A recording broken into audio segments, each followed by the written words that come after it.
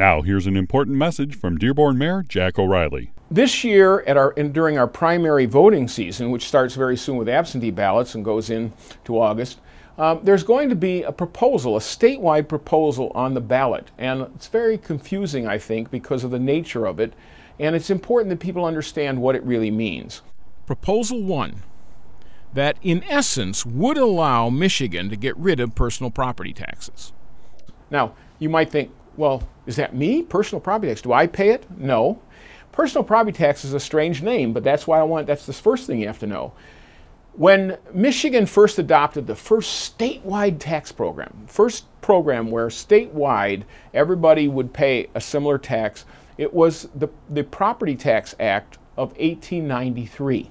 And at that time, that many years ago, they created a separate category called personal property that applied to businesses and industrial or large industrial projects. Now, this is before the auto industry or anything. And what it was is because their idea was that because they were taking a lot of money out of this property, they were going to pay a separate tax for the equipment and stuff they brought on to use to remove, for example, clay to build bricks, to remove lumber, to build housing and other things. So this tax was there and it's continued.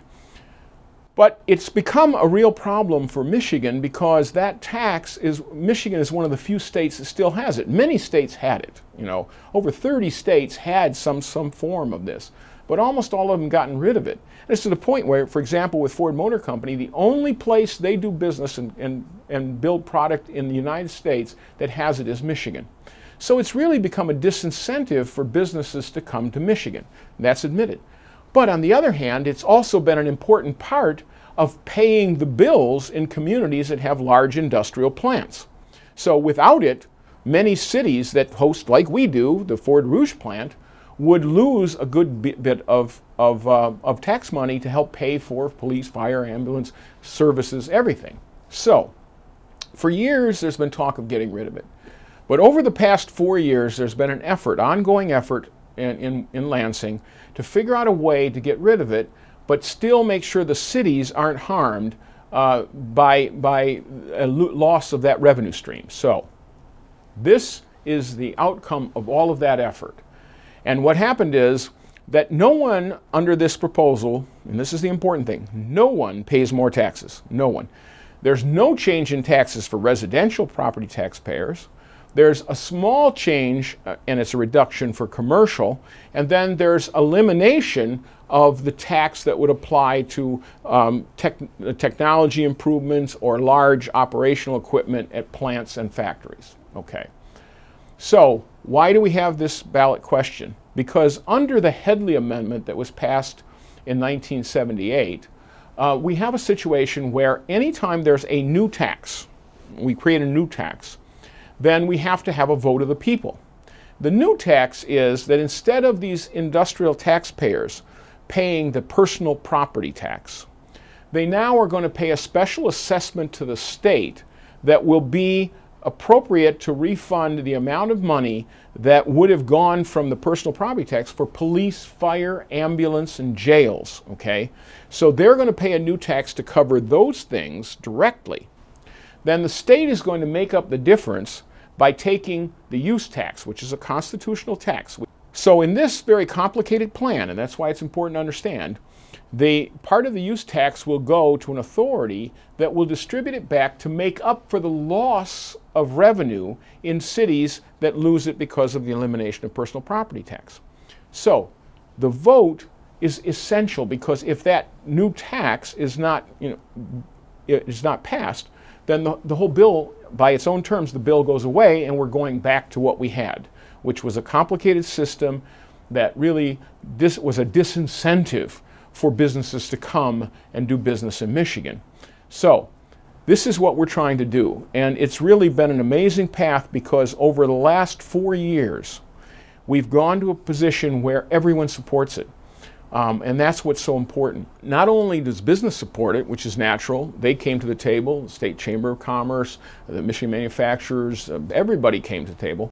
Statewide organizations representing counties, townships, cities, police officers and firefighters, and many others are all supporting it, and a majority of the Democrats and Republicans in both the House of Representatives and the Senate voted for its passage. Because it does replace the money, and it does make sure that we don't have to cut services because of this change in the personal property tax. But again, what I want people to understand, because it is complicated, it looks like you're voting for a tax, and you are. The tax that you're voting for, the only persons that would pay that new tax are the industrial taxpayers who are getting a change in their tax burden. But for you, for me, all of the residential, there's no change in taxation, and fortunately, there's no loss of revenue for the city of Dearborn, which would impact our ability to provide services. It's replaced. Now, the language is very complicated because it's a constitutional amendment. So if you need more information, contact me. I'd be happy to talk to you about it, because I see this as a progressive move for Michigan. We need to be competitive. We need to have jobs. We want to keep our children here. I'd like to keep my children here. I'd like to make sure my grandchildren are close. I don't have them yet, but I'm hoping. So we have to be a state that offers what people want. And part of it is we need jobs, and we need good jobs. So that's what this is about. Again, I'm just telling this, I'm explaining it to you because it's very complicated. But what I've told you is absolutely true. There is no new taxes for anyone but the industrial taxpayers. And so no one pays more, and there is a provision to make sure that communities that host employment, I mean, we have so many, we have 172,000 people who come here every day to work that don't live here, that we're not burdened with providing them services, and yet we are losing money to help pay for it. So that's what I want you to know. It's an important issue, it's important for all of us, and it's real important for the state, and it's real important for our future. So again, it's your choice, and you can make the decision, but I wanted you to be informed. So make sure you come out and vote in the August primary. That's real important because there's so many things we have to vote on, and we want everybody to participate. And I just wanted to give you a background so you can be informed when you vote on Proposal 1. Thank you.